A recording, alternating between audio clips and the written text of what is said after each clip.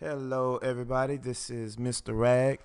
In this video and in upcoming videos, I'm going to be covering linear relationships and just describing to you the characteristics of linear relationships and how we can represent linear relationships. So first, I'll start with the characteristics of linear relationships. When we are trying to determine whether a relationship is a linear relationship, we're first going to focus on how do these quantities change together. Okay, so how do these two quantities change together? And what makes a relationship a linear relationship is that as one quantity changes by a constant amount, the other quantity changes by a constant amount. Okay, and I'll write that down for you.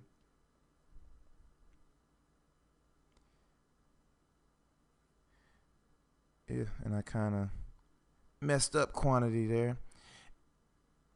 As one quantity changes by a constant amount,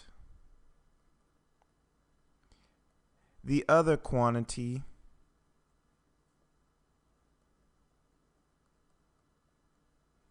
also changes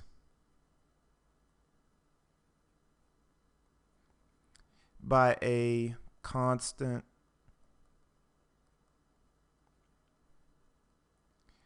amount. Okay.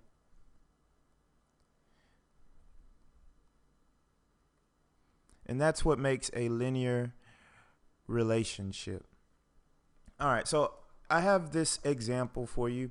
I have a sentence, a couple sentences, and then a table.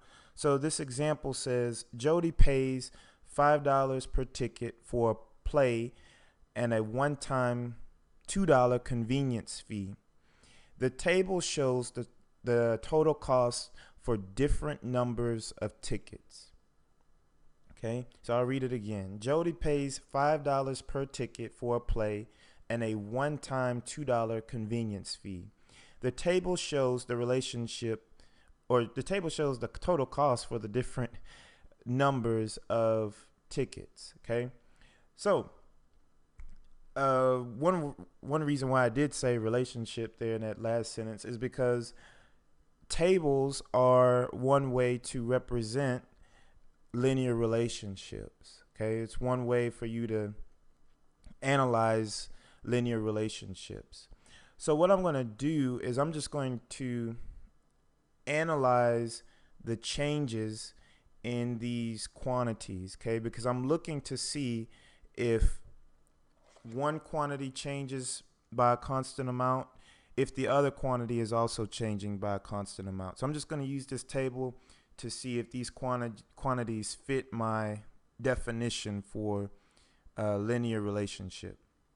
Okay, so for letter A, it says describe a pattern for the row showing the number of tickets bought. Okay, so the number of tickets I see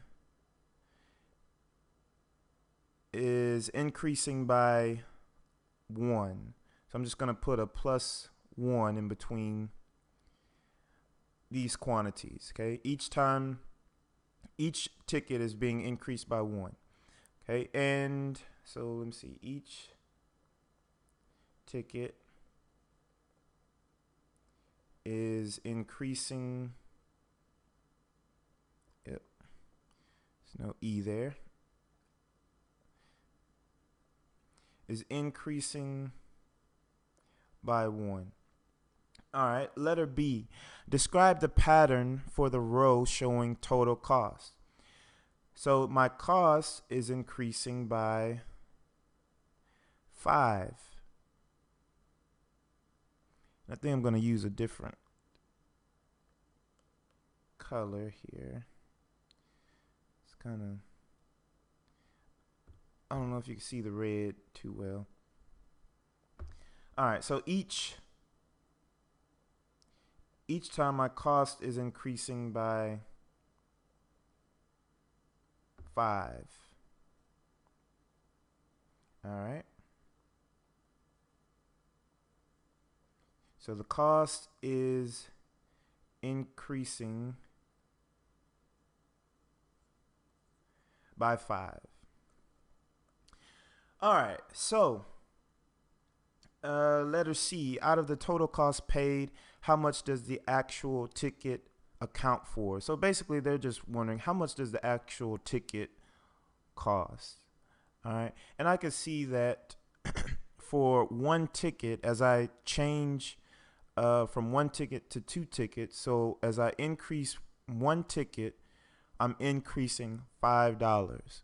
So for each ticket I add, I'm adding $5. So that lets me know that each ticket costs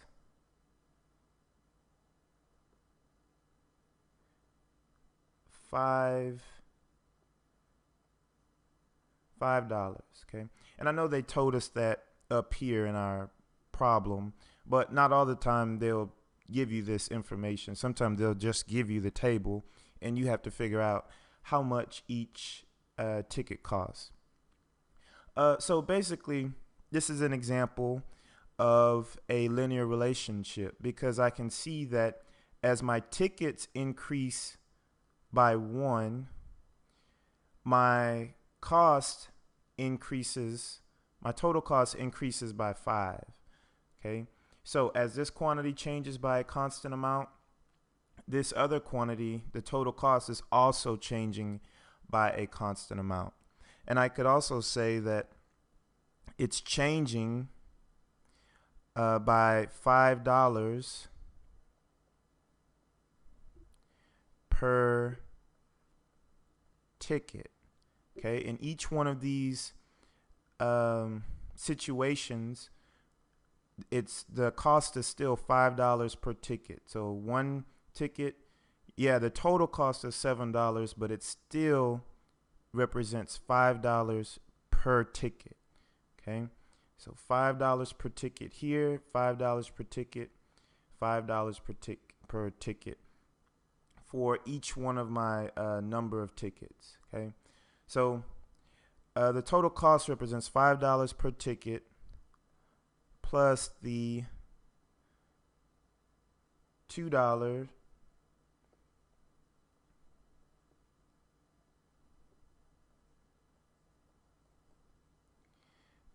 convenience fee.